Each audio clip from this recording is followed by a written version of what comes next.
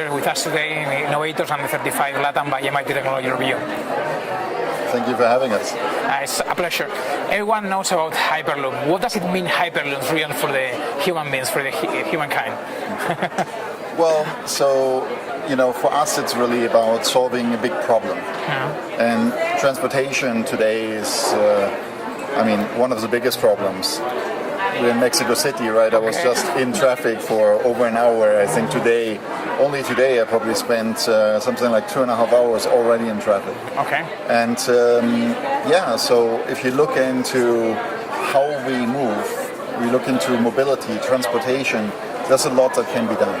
The Hyperloop is a chance to design a transportation system the way you should do in 2018, and that's exactly what we're doing. So we're building a system that moves you faster. Most people get excited about that. But more importantly, we can create a better passenger experience. We can change the business model. We can find alternative ways on how we can generate income and make the system actually become profitable. All right. Something that no rail line or no metro line in the whole world is able to do. So that's one of the reasons why you don't see them everywhere, is because it costs a lot of money to operate. Okay. What can be the impact of these technologies here in Latin America? Well, I think that the impact is similar all over the world. But specifically, again, if you're looking to Mexico City, and right now we're right before a vacation weekend, right? So people are in the streets, they're trying to get away. There's not a lot of connections available. By building a system that's profitable, that makes economic sense, now you can build more of them, which at the end allows you to live maybe in a satellite city rather than in an overcrowded metropolis, and still be in the city center within minutes. When are we going to have a project here in Mexico? Well, we're working on it. Very soon, I hope. Okay, what is the biggest challenge that you are facing? Is the governments really understand the technology that is behind everything? This is the regulation. What are the main challenges? So it's it's a completely new mode of transportation. Right. It's not an airplane, it's not a train, right? So you have a completely new set of rules. You need to make sure that it's the safest system ever being built, right? So, the last thing that we want is that anybody is being harmed because we didn't do our job well. So, creating these new legislative frameworks really takes some time. And, it takes government support. Luckily, in most parts of the world, we have that government support. So we're working with governments all around the world to answer the questions and work on the safety standards and the legislative framework. Okay. What will be, for you, the main definition of innovation, and how do you are encouraging it inside your company?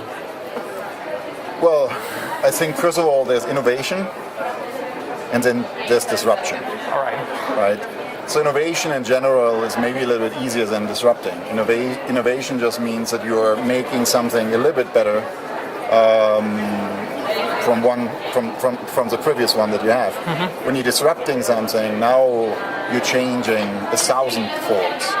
I think that it's difficult to actually go into a company and try to create innovation. Innovation is something that needs to be part of the culture, right? So you always have to question everything. You always have to try to literally ruin your own business. You have to figure out, okay, this is the way we're doing it, but is this the right way? Should we continue to be doing this? Or is there a better way? How can we, go to the extreme, take something out? How can we make it free, for example, right? So there's a lot of articles that say the Hyperloop will be free.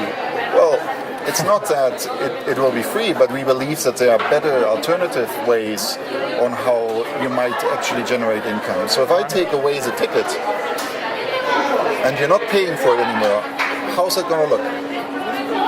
Right? And questioning that, so questioning everything, really then brings you to a point where you might get some really amazing answers. Sure. Where we will see Hyperloop in 10 years? what will be taking into account how the technology grows exponentially and everything is changing so fast, we will see Hyperloop. So what will be the next step in the mobility in the world? So technology is actually not the issue. The technology has been around for quite some time, and we have been working on integrating the system over the last 4. So right now we're ready to build. We're ready to build what we call version number 1. Of course, there's going to be other versions. So, we're looking into how can we build the pylons faster and cheaper? How can we build the tube in a different way? Maybe there are other and better alternative ways of levitation or propulsion. So you're always becoming better. That's a part of the innovation, right? So version 1 is now there, and there's going to be version 200. But it's that regulatory issue that keeps you from really moving into commercialization of the system. So right now we're working with safety institutes, so TÜV, they're in Germany. They're one of the leading safety institutes. We're working with them on the standards. We have been working with one of the largest, actually the largest reinsurance company in the world, Munich Re, and they just announced a couple of months ago that they can insure our system, which is a big step when you want to move it into commercialization. So we expect to be announcing the first commercial line over the next 6 months, and then it's going to take roughly 3 years for construction until you and me we can basically take a ride. The capsule is already in production. We started manufacturing earlier this year, so that's going to be done mid of the year next year. So yeah, I mean we're getting ready. Okay, so everyone should wait until 4 years until we have this project. Well, unfortunately, as I said, for the regulations, it's going to take probably a little bit longer. That doesn't depend on us. But in terms of being ready to being built, it's ready now. It makes economical sense. And we're working with a lot of governments in the world to make it happen. For a lot of people, your company represents is like an icon of innovation in the world. What will be your message for all those innovators under 35 that want to become a real innovator, that want to develop their project, their idea? What will be the message to all of them? I don't know if you're familiar with the model that we have been using in order to make the Hyperloop become reality, but we created a completely new model where we bring people together that are passionate about the same thing. So we have a team of over 900 people that are working in exchange for stock options in the company with a minimum of 10 hours per week. We have over 40 companies and some of the leading companies in the world that are working in exchange for stock options in the company. We have a community of over 60,000 people that we crowdstorm with. So we ask questions, we get feedbacks, we get contacts, we get their ideas. So it's really like we realized from the beginnings that we had to do more than just build a company. We had to build a movement, and that's what it is today, right? Today you hear everywhere about Hyperloop. There's universities working on the Hyperloop. There is several companies working on the Hyperloop. So that was really necessary. And the main thing I think that I learned about this process is, well, first of all, the process is amazing, much better than anything else you can imagine. There's a Harvard case study about it. We had professors part of our team for over 2 years.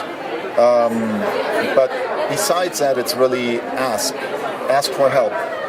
I feel like a lot of entrepreneurs are just sitting around. They're afraid to share their ideas.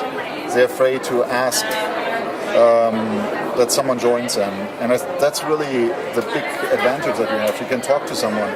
And if you explain your idea, the moment they say, wow, that sounds amazing, the next thing you should ask them is, hey, why don't you join me? Why don't you help me? And, because then you get people that are passionate about the same thing and they can move you forward. It becomes much easier.